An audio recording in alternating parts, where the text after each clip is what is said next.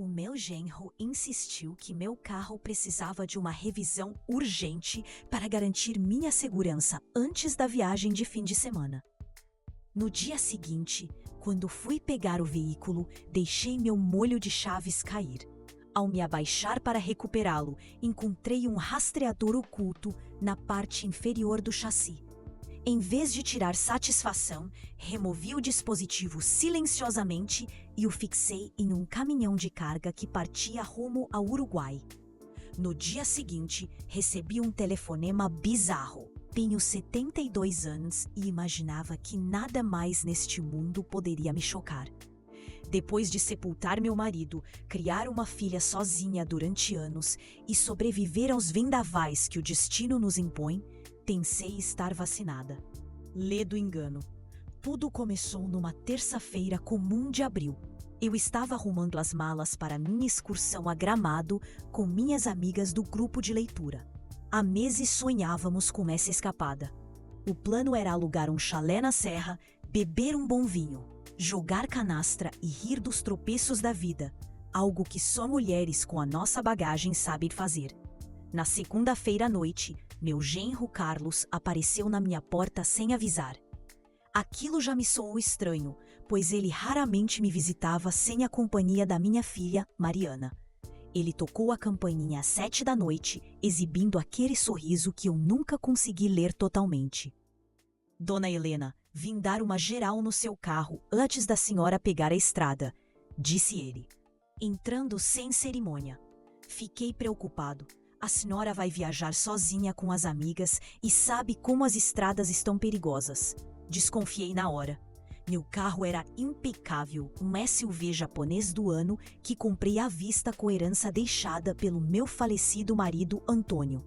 Eu fazia todas as revisões autorizada rigorosamente, mas Carlos insistiu tanto que acabei cedendo as chaves. Deixa comigo, amanhã à tarde devolvo ele, tudo verificado. Ele partiu, levando meu carro, e eu fiquei com um nó no estômago. Sabe quando a conta não fecha, mas você não sabe dizer onde está o erro? Na terça tarde, ele retornou com o veículo, estacionou na garagem e me entregou a chave. Tudo pronto, sogrinha. Troquei filtros, calibrei pneus, chequei os freios. Pode viajar tranquila. Agradeci meio sem jeito. Carlos tinha essa mania de transformar obrigações em favores grandiosos, como se eu devesse a vida a ele por cada gentileza. Assim que ele saiu, fui até a garagem dar uma olhada. Foi quando meu chaveiro escorregou da mão e caiu no chão de cimento. Abaixei-me para pegar e ali, escondido na sombra do para-choque, vi algo que não pertencia àquele lugar. Um objeto minúsculo, preto, com um LED piscando num ritmo lento. Meu coração quase saiu pela boca. Não sou nenhuma velhinha ingênua de novela. Leio muito, me informo, sei como as coisas funcionam. Com a mão trêmula, deitei no chão frio. Piquei o braço e arranquei aquilo. Era um localizador GPS magnético grudado na lataria. Permaneci ali, sentada no chão da garagem, segurando aquele aparelho, tentando entender. Meu genro havia grampeado meu carro. Não era cuidado, era vigilância. A raiva me subiu à cabeça primeiro, seguida pela vergonha. E por fim, uma frieza calculista que eu desconhecia possuir tomou conta de mim. Eu poderia ter ligado para ele, confrontado, chamado a Mariana e armado um barraco, mas não fiz nada disso. Naquele momento, compreendi que o buraco era muito mais embaixo. Se eu quisesse desmascarar aquela farsa, precisaria ser mais astuta que eles. Limpei a poeira da roupa, guardei o dispositivo no bolso do casaco e entrei. Liguei meu laptop e fui pesquisar. Em 20 minutos, entendi a tecnologia. Aquele aparelhinho transmitia minha posição exata para um aplicativo de celular. Carlos estava monitorando meus passos. Foi então que tive a ideia. Uma ideia que, na hora, pareceu brilhante, mas que eu não imaginava onde iria dar. Naquela mesma noite, dirigi até um restaurante de beira de estrada na rodovia Regis Bittencourt. Era um local que meu falecido Antônio frequentava muito quando viajava a trabalho, e eu conhecia bem a rotina dali. Pedi um café preto no balcão e fiquei observando o movimento no pátio. Quando vi uma carreta frigorífica com placa do Rio Grande do Sul encostar, me aproximei. O motorista, um senhor de pele curtida pelo sol, parecia exausto. Boa noite. O senhor vai para muito longe? Indaguei. Vou cruzar a fronteira, dona. Destino final é Montevidéu, no Uruguai, respondeu ele, meio desconfiado. Era o cenário perfeito. Enquanto ele foi ao caixa acertar a conta, dei a volta no caminhão, me abaixei e fixei o rastreador magneticamente na longarina do chassi, num ponto bem oculto. Meu coração parecia um tambor no peito, mas minhas mãos não tremeram. Voltei para casa, tomei um banho quente e apaguei. Foi a primeira noite de sono pesado que tive em meses. Na quarta-feira de manhã, meu telefone tocou às 7h15. Era o Carlos. Olhei para a tela iluminada e senti um arrepio. Atendi com a voz mais plácida do mundo. Alô? Dona Helena, graças a Deus a senhora atendeu. A voz dele estava trêmula, quase em pânico. A senhora tá bem? Onde a senhora está? Estou em casa, Carlos. Por quê? Em casa? Tem certeza absoluta? Claro que tenho, meu filho. Estou passando o meu café na cozinha. O que houve? Houve um silêncio sepulcral do outro lado da linha. Eu quase conseguia ouvir o cérebro dele entrando em curto-circuito. É que eu instalei um software de segurança no carro da senhora, sabe? Para sua proteção. E bem, ele está indicando que o veículo está entrando no Uruguai. Deixei a pausa se estender propositalmente. Depois, soltei uma risada de confusão. Uruguai? Carlos, eu não sei do que você está falando. O carro está aqui na garagem. Quer que eu tire uma foto? Não. Deve ser um erro no sistema. Que sistema, Carlos? Perguntei, deixando o tom da voz pesar. Ah, é um rastreador moderno que coloquei. Caso roubassem o carro, a gente achava.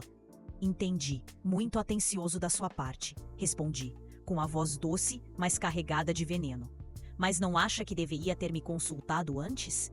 Eu queria fazer uma surpresa. Surpresa, repeti a palavra, saboreando a ironia. Bom, Carlos, preciso desligar. Tenho que terminar minha mala para a serra. A senhora ainda vai viajar? Evidente. Por que não iria? Desliguei sem esperar a réplica. E foi naquele instante, sentada na minha ilha da cozinha, segurando a xícara de porcelana, que esfriava, que a ficha caiu. Meu genro não queria garantir minha segurança. Ele queria me caçar. E o mais doloroso, Mariana, minha única filha, provavelmente era cúmplice. Antes de prosseguir, preciso que entendam quem eu sou, para que o resto faça sentido. Meu nome é Helena Sampaio. Nasci em 1952, no interior de São Paulo. Filha de pedreiro e dona de casa. Aprendi cedo que a vida não dá colher de chá para quem é pobre. Conheci o Antônio em 1974, numa quermesse. Ele tinha 22 anos, eu 21. Era um homem simples, mas com uma ambição que brilhava nos olhos. Nos casamos 2 anos depois, com pouco dinheiro e muita esperança. Na época, ele trabalhava como balconista numa loja de material de construção. A Mariana nasceu em 1984. Foi uma gestação de risco. Tive complicações sérias e o médico foi taxativo. Seria a nossa única filha. Ela virou o centro do nosso universo. O Antônio trabalhava de sol a sol. Eu ajudava fazendo bolos para fora e cuidando da contabilidade doméstica. Juntamos cada moeda. Em 1990, ele teve a coragem de abrir seu próprio depósito de construção. Era um galpão pequeno, alugado. O país vivia uma crise, trocando de moeda, mas o Antônio tinha faro para o comércio e eu tinha mão firme para as finanças. Enquanto ele lidava com as obras e os clientes, eu gerenciava o caixa, negociava com os fornecedores e vigiava os funcionários. Nunca fui dondoca. Éramos sócios na vida e no trabalho. O negócio cresceu. Abrimos a segunda loja em 98, a terceira em 2004. Nossa vida mudou da água para o vinho. Compramos esta casa onde moro hoje em 2002. Um sobrado amplo num condomínio fechado, que na época custou uma fortuna, mas hoje vale 5 vezes mais. A Mariana estudou nas melhores escolas, fez intercâmbio, teve tudo o que nos foi negado. Talvez esse tenha sido nosso erro, poupá-la demais da dureza do mundo real que eu e o Antônio enfrentamos. Até que em 2019, o coração do Antônio começou a dar sinais de falha.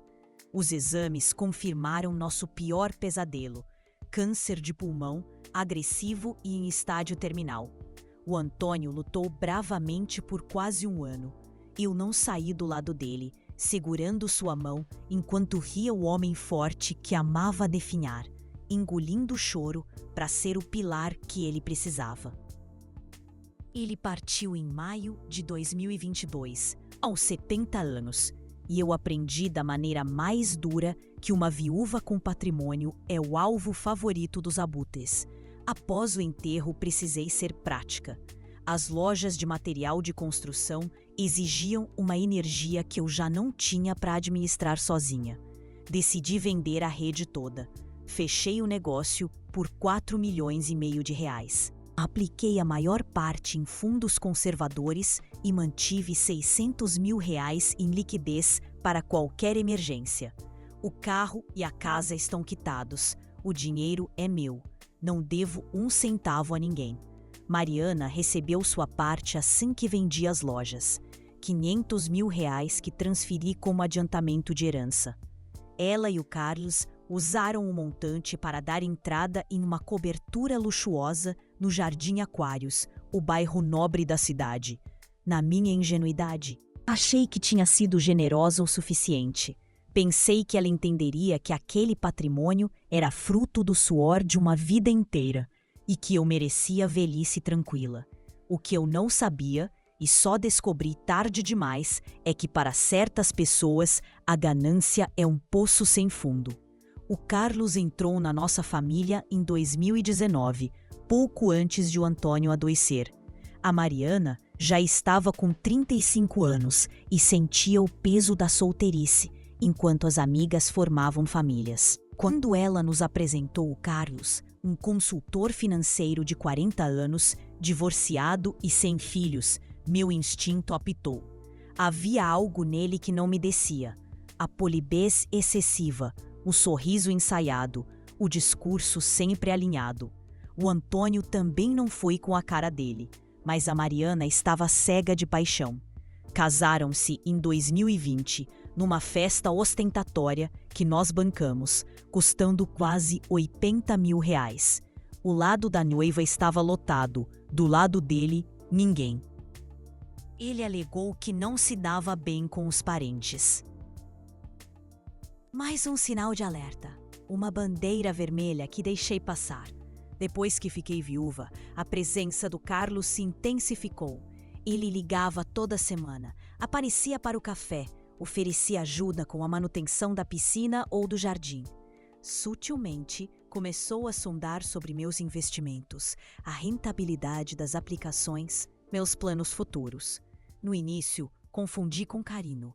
A solidão é traiçoeira. Ter alguém por perto parece um bálsamo. Mas com o tempo, aquela atenção virou cerco. Foi aí que a campanha de descrédito começou. Foi tudo muito gradual. Se eu não tivesse achado aquele GPS, talvez nunca tivesse ligado os pontos. Aconteceu pela primeira vez em outubro do ano passado, num churrasco na casa deles. O Carlos preparava uma picanha enquanto conversávamos. Comentei, sem dar importância, que havia esquecido de pagar a fatura da internet e que pagaria com multa. O silêncio que se seguiu foi pesado. Carlos e Mariana trocaram um olhar cúmplice. "Mãe, a senhora anda meio esquecida, não acha?" Mariana perguntou, com um tom de preocupação teatral. "Esquecida, filha. Foi só um boleto. Acontece." "Mas a senhora nunca foi de atrasar contas", ela insistiu. "A senhora sempre foi um relógio. Será que não é hora de eu assumir essas responsabilidades burocráticas para te aliviar?" Eu ri, achando aquilo um disparate. "Mariana, tenho 72 anos. Não estou esclerosada." Minha cabeça está ótima. Mas a semente da dúvida havia sido plantada. 2 semanas depois, esqueci meus óculos de sol na padaria. Percebi assim que entrei no carro. Voltei e peguei. Nada demais. Quando comentei o fato com a Mariana, a reação foi desproporcional. Mãe, isso está ficando sério. A senhora tem certeza que tem condições de dirigir por aí? Condições? Eu esqueci os óculos no balcão. Não esqueci as leis de trânsito. Dona Helena, nós só queremos o seu bem. Carlos interveio, com aquela voz mansa que me dava nos nervos. Com a idade avançando, os reflexos diminuem. A mente prega peças. Não é vergonha admitir. Idade avançando. Falavam como se eu fosse incapaz. A frequência desses comentários aumentou. Cada pequeno deslize meu virava motivo para uma palestra sobre segurança, sobre eu não dever andar sozinha, sobre eu precisar de supervisão. Eles estavam construindo uma narrativa, tijolo por tijolo. Era um absurdo atrás do outro. Reclamavam se eu ia ao cinema às 7 da noite. Insinuavam que eu estava fazendo amizades perigosas no meu grupo de leitura e criticavam meus gastos.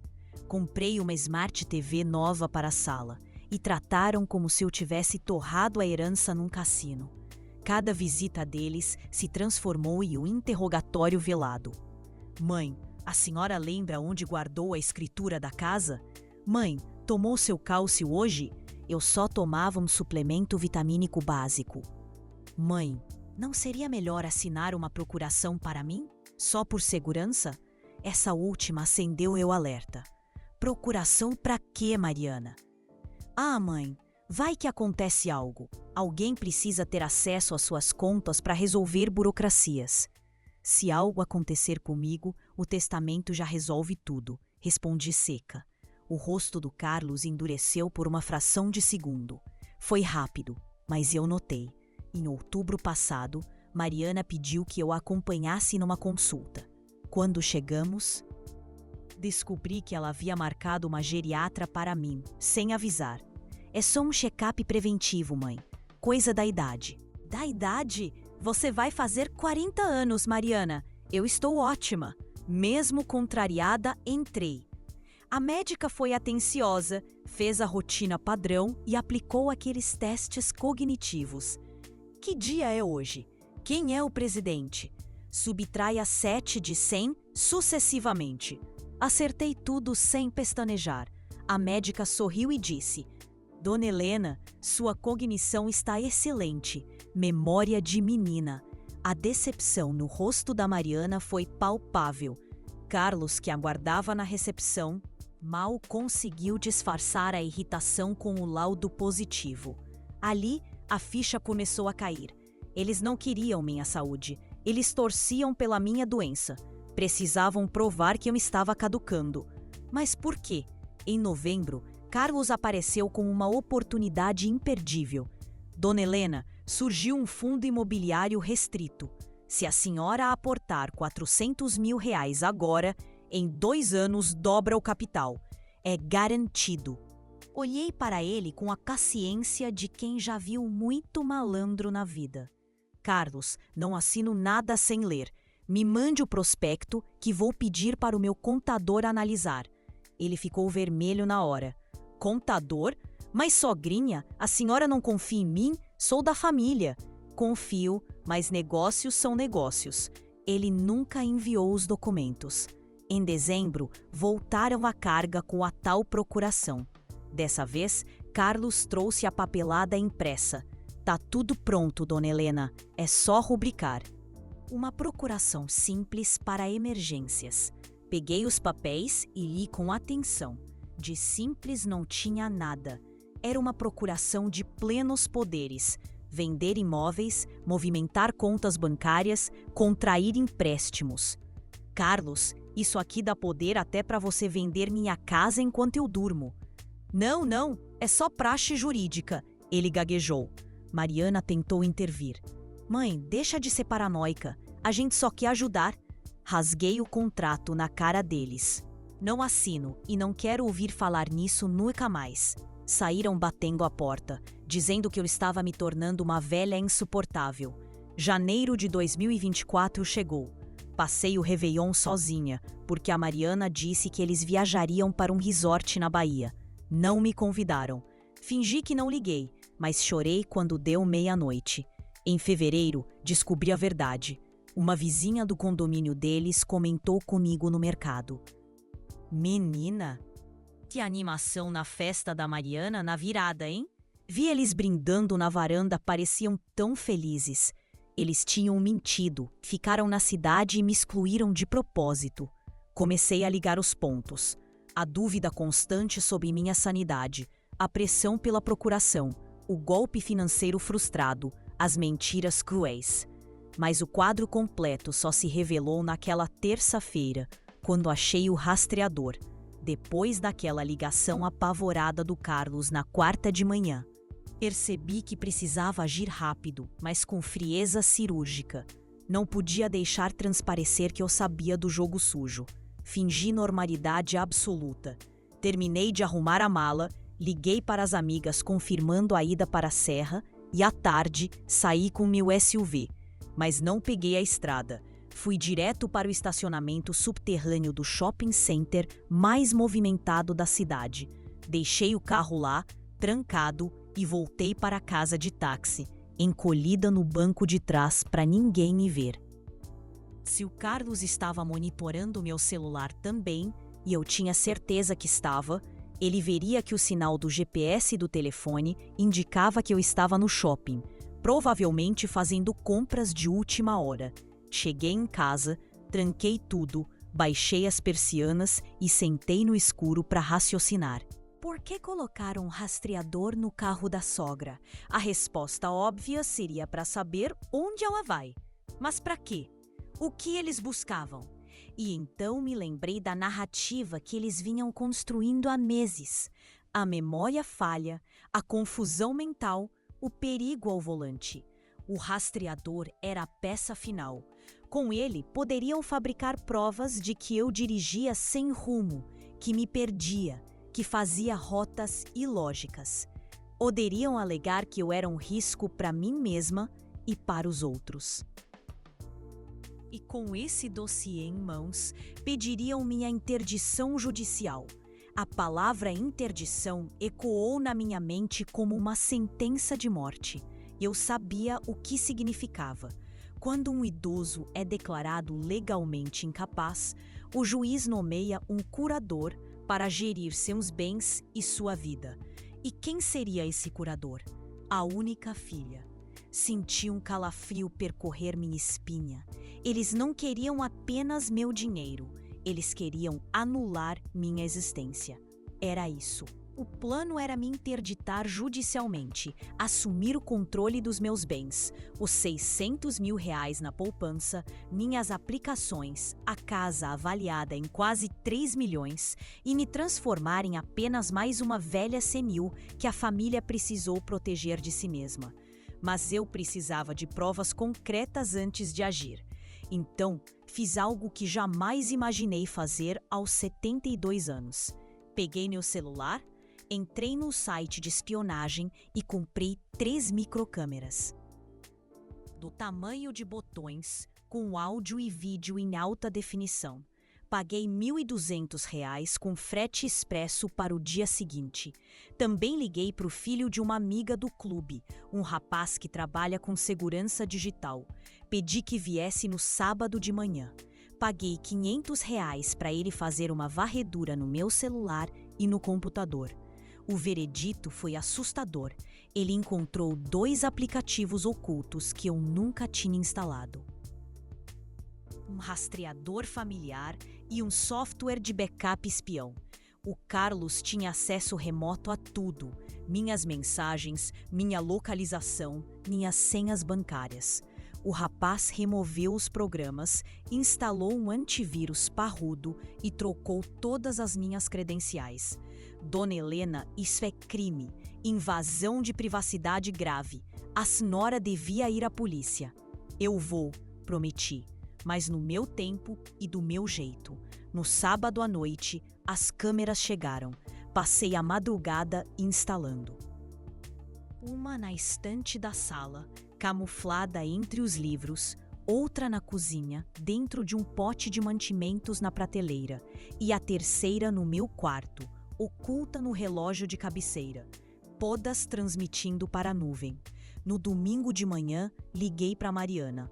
Filha, desisti de viajar. Fiquei insegura de ir sozinha. Será que você e o Carlos podem vir almoçar? Preciso conversar sério com vocês. Houve um silêncio breve do outro lado. Conversar sobre o quê, mãe? Sobre vocês estarem certos. Sobre eu precisar de auxílio. Quase pude ouvir o sorriso dela pelo telefone. Claro, mãe, chegamos às 2. Desliguei. Meu coração batia descompassado, mas minha determinação era de aço. Preparei um bacalhau à Gomes de Sá, o prato favorito da Mariana. Arrumei a mesa com a toalha de linho bordada que herdei da minha avó. Coloquei flores frescas. O cenário perfeito. Quando chegaram, Carlos exibia uma expressão de triunfo mal disfarçada. Mariana me abraçou com uma força exagerada, falando pelos cotovelos. Mãe, que alívio a senhora ter tomado essa decisão. A gente não dormia de preocupação. Sentamos à mesa, servi o vinho, servi os pratos e aguardei o bote. Então, Dona Helena, Carlos começou, enchendo o garfo de bacalhau. O que a senhora queria discutir? Eu estive pensando no que vocês falaram sobre eu estar esquecida, confusa. A gente só quer o seu bem, mãe. Mariana interrompeu, segurando minha mão. Eu sei. E talvez vocês tenham razão. Tenho me sentido meio desorientada ultimamente. Era mentira, mas eu precisava que eles mordessem a isca. Carlos se inclinou para frente, os olhos brilhando. Então a senhora vai aceitar nossa ajuda? Vou, mas queria entender exatamente o que vocês propõem. Eles trocaram um olhar rápido. Pareciam 2 atores ensaiando um script. Bom, mãe, achamos que seria ideal você assinar aquela procuração para o Carlos, sabe? Da emergências. Como já falamos. E talvez, ela hesitou. E talvez, completou Carlos, a senhora pudesse vir morar conosco. Essa casa é enorme para uma pessoa só. Daria muito trabalho e despesa. A senhora poderia alugá-la, ter uma renda extra e ficar num ambiente assistido. Alugar minha casa. Claro, e com a procuração na mão, eles alugariam e embolsariam o dinheiro. E o dinheiro do aluguel? Perguntei, fingindo inocência. Nós administraríamos para a senhora? Claro, disse Mariana. Para garantir que renda bem. E meu carro? Ah, sogrinha, direção não dá mais. É um risco na sua idade. Risco na minha idade? Tenho 72, não 95. E minhas economias? A gente cuidaria de tudo. Carlos sorriu, aquele sorriso oleoso. A senhora não precisaria se preocupar com boleto, banco, nada. Só descansar e curtir a vida. Curtir a vida enquanto eles depenavam meu patrimônio. Respirei fundo. As câmeras estavam captando cada sílaba. E se eu não quiser? O silêncio caiu pesado sobre a mesa. Como assim, mãe? Mariana perguntou, tensa. E se eu não quiser assinar procuração? E se eu não quiser sair da minha casa? E se eu quiser continuar dirigindo e vivendo minha vida? Carlos soltou os talheres no prato com estrépito. Dona Helena, estamos tentando ajudar, mas se a senhora não colaborar, vamos ter que tomar medidas drásticas. Que medidas? O encarei com frieza. Existem meios legais de proteger idosos que não têm mais discernimento. Interdição. A palavra não foi dita, mas pairava no ar como uma guilhotina. Você está me ameaçando, Carlos? Estou protegendo a senhora. Você está visivelmente senil, Helena. Esquecida, confusa, dirigindo perigosamente. Nós temos tudo documentado. Documentado? Que tipo de documentação? Mantive a voz serena. Mãe, por favor, não dificulte as coisas, Mariana implorou, mas sem carinho na voz. Levantei-me da mesa. Acho melhor vocês irem embora, agora. Carlos levantou-se também, o rosto vermelho. A senhora vai se arrepender disso. Não estamos brincando. Nem eu. Saírem batendo a porta. Sentei no sofá, tremendo não de medo, mas de uma fúria gelada. Naquela noite, assisti às gravações 3 vezes. Cada ameaça, cada manipulação, cada gesto. Fui ali que decidi. Se eles queriam guerra, teriam guerra, mas eu lutaria no meu terreno, e eles não saberiam que os atingiu até ser tarde demais. Existem momentos que dividem nossa vida em antes e depois. Aquela tarde de domingo foi o meu divisor de águas. Depois que eles partiram, fiquei ali, na sala onde a Mariana aprendeu a andar, onde celebramos tantos natais, onde eu e o Antônio planejamos nosso futuro, e desabei. Chorei como não chorava desde o velório do meu marido. Um choro visceral, que doía nos ossos, porque não era sobre o dinheiro. Nunca foi. Era sobre minha filha, a menina que eu carreguei com tanto sacrifício, que amamentei, que velei o sono, que ensinei a ser gente. Aquela mesma filha estava conspirando para me anular, para me declarar insana e roubar o que construímos. Peguei o álbum de fotos. Mariana no primeiro dia de aula, com a mochila maior que ela. Mariana na formatura, radiante de beca. Mariana no altar, quando segurei suas mãos e disse: "Seja feliz, minha filha." Como chegamos a esse ponto? Onde eu errei? Será que dei demais? Será que ao poupá-la das dificuldades, criei um monstro incapaz de valorizar o esforço alheio? Ou será que eu fui cega a vida toda e ela sempre teve essa índole? Essas perguntas me torturaram madrugada adentro. Lembrei de pequenos sinais que ignorei por amor. Lembrei-me de quando ela tinha 16 anos e mentiu dizendo que dormiria na casa de uma colega para estubar, quando na verdade tinha ido para uma balada no litoral. O Antônio quis deixá-la de castigo por 1 mês, mas eu intervim. É coisa de adolescente, Antônio. Deixa pra lá. Quando ela tinha 24 anos e pegou R$ 2.500 do cofre da loja sem avisar, chorou copiosamente quando descoberta, jurando que era uma emergência e que devolveria. Nunca devolveu. Aos 32, pediu R$ 20.000 emprestados para abrir uma franquia de roupas. O negócio faliu em 1 semestre. O dinheiro virou fumaça. Eu sempre passei a mão na cabeça. Sempre justifiquei. É minha única filha. É tudo o que me resta. Mas a verdade crua que eu fui obrigada a engolir naquela madrugada era que a Mariana tinha aprendido que podia fazer qualquer coisa comigo, que eu sempre perdoaria, sempre cederia. E o Carlos percebeu isso. Ele viu uma mãe culpada que não sabia dizer não. Viu a oportunidade perfeita. Por volta das 3 da manhã, entrei no quarto de hóspedes, que mantinha intacto desde que ela se mudou. A colcha de retalhos ainda estava lá. Abri o guarda-roupa e puxei a caixa de recordações. Encontrei um cartãozinho do Dia das Mães, feito com cartolina e glitter, de quando ela tinha uns 8 anos. Dizia: "Mamãe, você é minha rainha. Quero ser igual a você quando crescer. Te amo infinito." Segurei aquele papel amarelado e me perguntei: onde foi parar aquela menina? Será que ela se perdeu no caminho? Ou será que ela nunca existiu de verdade, sendo apenas uma criança esperta, repetindo o que agradava aos adultos? Sentei no chão daquele quarto, cercada de fantasmas, e a ficha caiu com um peso esmagador. A Mariana sabia exatamente o que estava fazendo. Ela não era uma esposa submissa sendo manipulada pelo marido malvado. Ela era a arquiteta, ou no mínimo, a sócia majoritária do plano. Ela conhecia meus pontos fracos, sabia exatamente onde apertar para me desestabilizar. Sabia que eu faria qualquer loucura para manter o amor dela, e estava usando essa devoção como arma contra mim. Naquele instante, no silêncio da casa vazia, tomei minha decisão. Eu amava minha filha e sempre amaria. Ela é meu sangue, meu DNA. Mas eu não permitiria que ela me destruísse. Se eu deixasse isso acontecer, ela não estaria apenas levando meu dinheiro.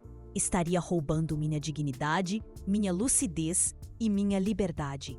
Pior ainda, estaria cuspindo na memória do Antônio em cada dia de sol e chuva que enfrentamos para construir esse patrimônio. Não para o nosso luxo, mas para o futuro dela. E ela estava disposta a jogar toda a nossa história no lixo por ganância. Levantei. Guardei a caixa e fechei a porta do passado. Fui para o escritório, liguei o computador e comecei a pesquisar. Digitei termos como interdição de idosos, curatela e golpe financeiro familiar.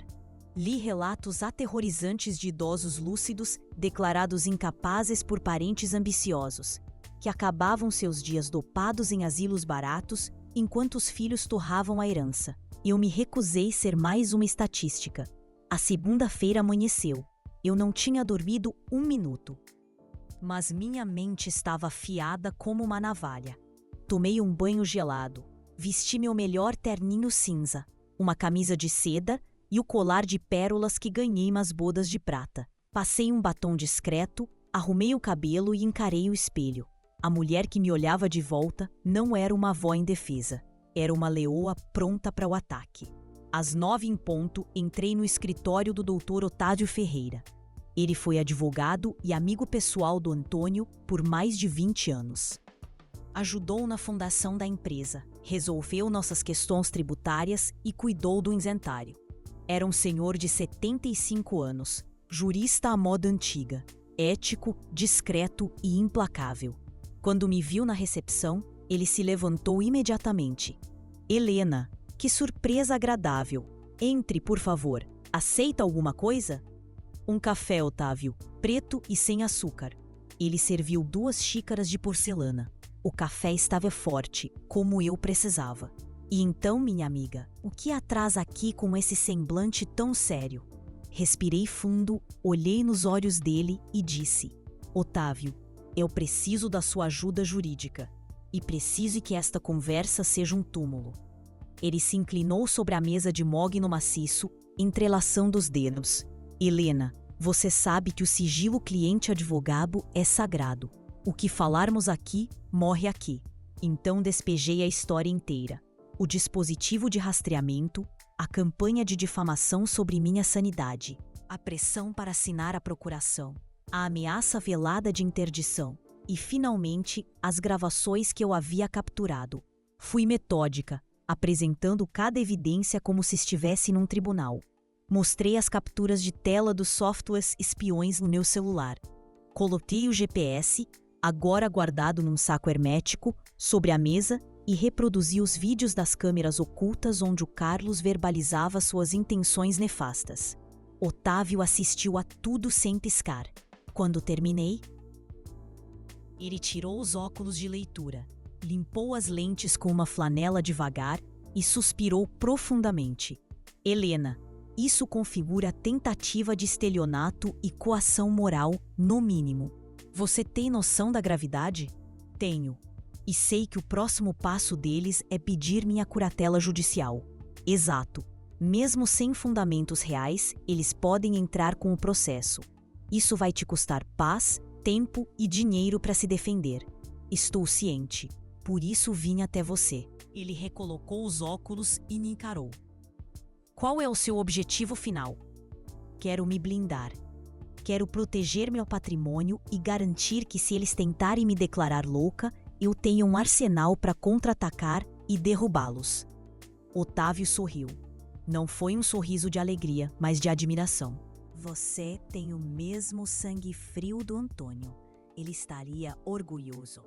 Passamos as 3 horas seguintes desenhando nossa estratégia de guerra. O plano tinha 4 pilares. Primeiro, prova pericial antecipada. Otávio me indicou uma clínica de neurologia e psiquiatria de alto padrão na capital. Eu deveria fazer uma bateria completa de exames: ressonância magnética, tomografia, testes neuropsicológicos e avaliação psiquiátrica forense. Pague tudo no particular.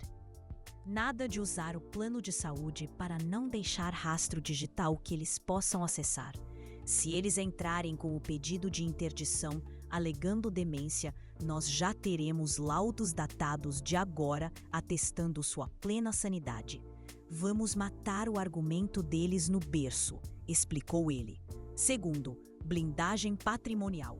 Fui orientada a refazer meu testamento imediatamente, detalhando cada centavo. Otávio sugeriu incluir uma cláusula de deserdação por indignidade. Vamos deixar explícito: se qualquer herdeiro tentar te interditar de má fé ou atentar contra sua liberdade civil, ele é automaticamente excluído da sucessão. e a parte dele será doada para uma instituição de caridade de sua escolha. Isso tem validade jurídica? Perguntei. Total. O Código Civil prevê a exclusão por indignidade. Se provarmos que a interdição foi fraudulenta, a Mariana perde tudo. Terceiro, contra-espionagem. A ordem era continuar gravando. Mantenha as câmeras, grave as chamadas, faça backup das mensagens. Cada interação é uma prova em potencial. Haja naturalmente. Dê corda para eles se enforcarem. Quarto, dossiê criminal. Precisamos saber quem é o seu inimigo, disse Otávio sério. Esse Carlos não me cheira bem. Sujeito que age com essa desenvoltura deve ter passados pregressos. Ele acionou um contato seu. Siqueira, um investigador particular, ex-delegado da Polícia Federal, conhecido por ser discreto e letal. O serviço custaria R$12.000 para começar. Eu pago, afirmei sem hesitar. Liguei para o Siqueira ali mesmo do escritório. Fui direta. O que a senhora precisa saber? Ele perguntou com voz rouca. Tudo, capivara completa. Antecedentes, processos cíveis, dívidas, amantes, empregos anteriores, movimentação bancária. Quero saber até a marca da pasta de dente que ele usa. Entendido. Em 15 dias te entrego o relatório. Saí do escritório do Otávio quase às 2 da tarde. Estava drenada, mas com a alma lavada.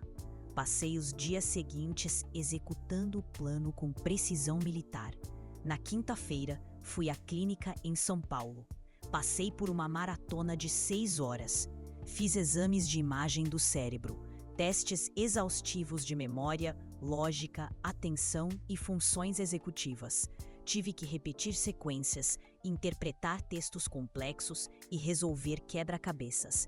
Ao final do dia, a neuropsicóloga-chefe, doutora Beatriz, uma mulher elegante e austera, me chamou em sua sala. Dona Helena tem os resultados preliminares. A sua capacidade cognitiva é extraordinária. Sua memória e raciocínio lógico estão acima da média até para pessoas de 30 anos. Não há o menor vestígio de Alzheimer, demência senil ou qualquer degeneração. Seu cérebro é uma máquina. Senti um alívio tão profundo que meus ombros relaxaram pela primeira vez em semanas. Eu não estava louca, eu estava pronta. A senhora pode colocar isso no papel? Claro!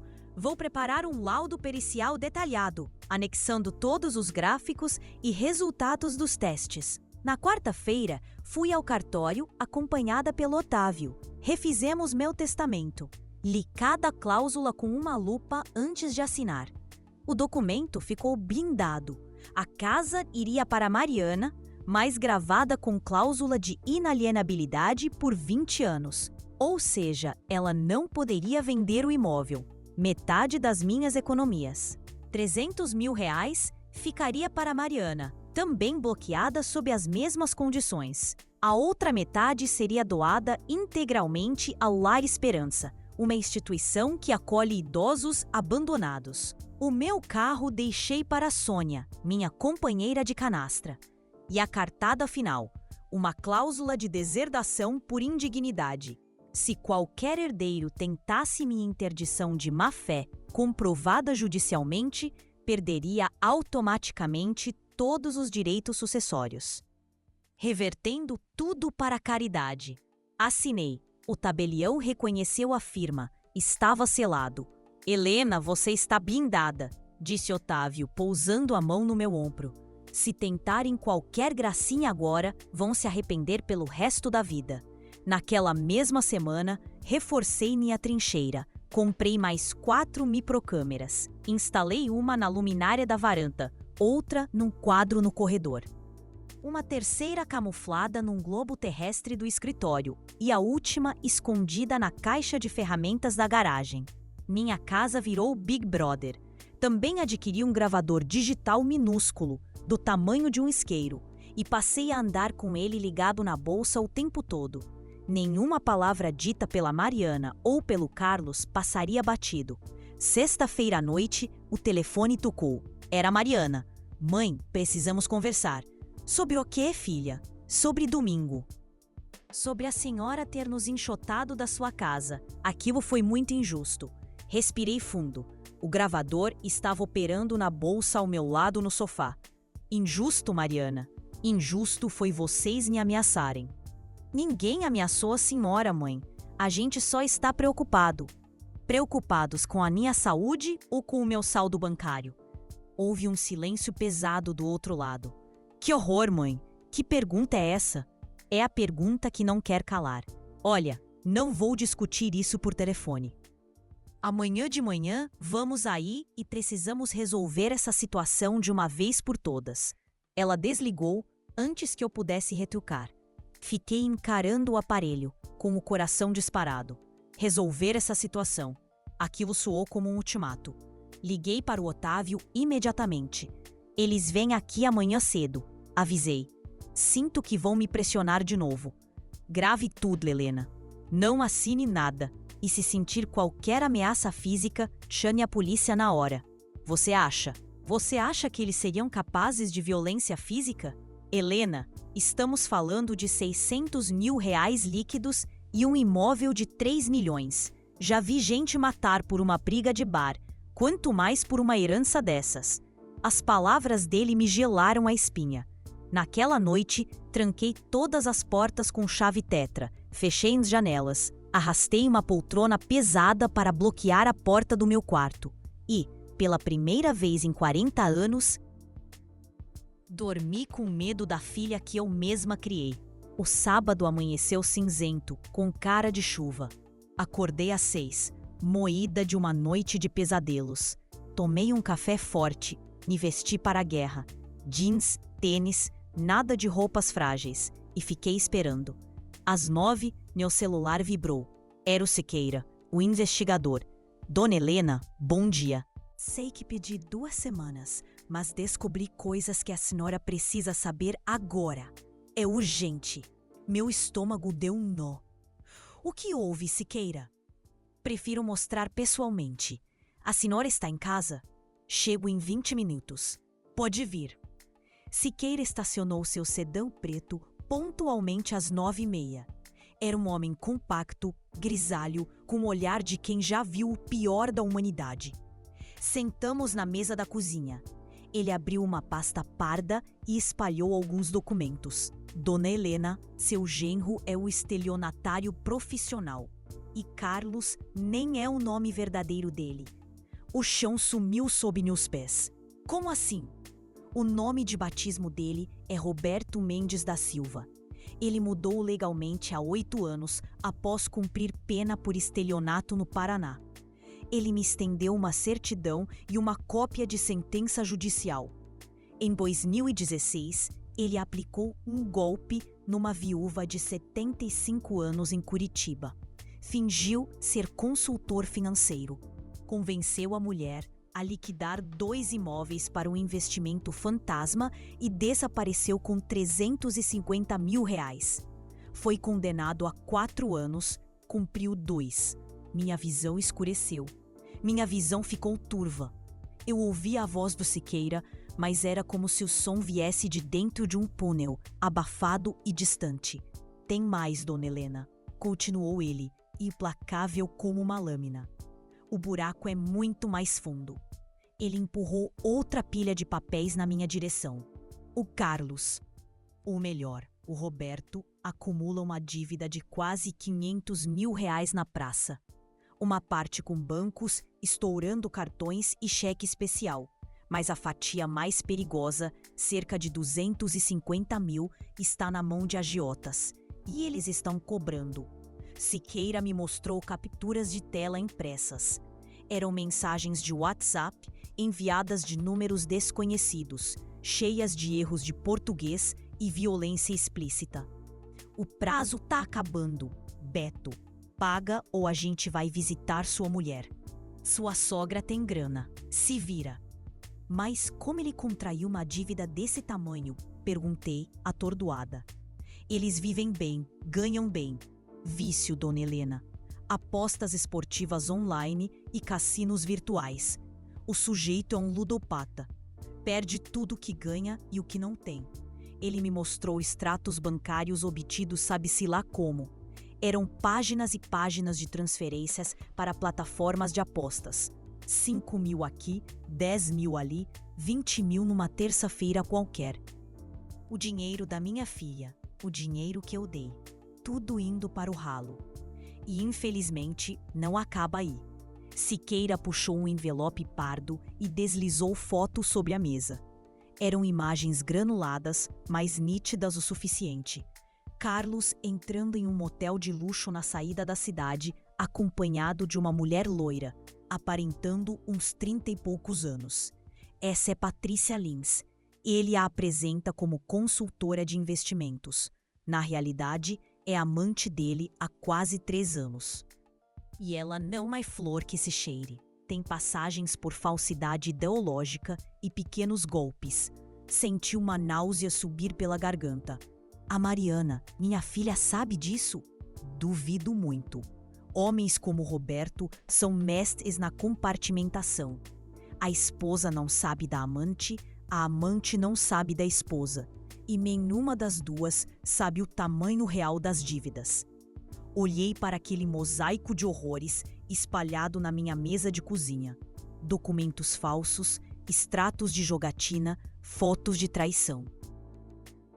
A vida dupla, podre e secreta do homem que dormia ao lado da minha filha. Por que ele se casou com a Mariana? Perguntei num fio de voz. Se ele tem outra, se ele é tudo isso, por quê? Siqueira me olhou com uma expressão que misturava profissionalismo e piedade. Dona Helena, estelionatários não casam por amor, casam por oportunidade. Ele levantou a ficha da sua família antes de se aproximar. Sabia que a senhora era viúva de um empresário bem-sucedido. Sabia do patrimônio imobiliário. A Mariana foi apenas a chave de acesso ao cofre. É manual básico do golpista. Aquelas palavras doeram mais que um tapa na cara. Eu preciso contar para ela, agora. Conte, mas prepare o espírito, porque a primeira reação dela será a negação absoluta. Ela vai defendê-lo. É o padrão psicológico nesses casos. Eu sabia que ele tinha razão, mas a urgência gritava dentro de mim.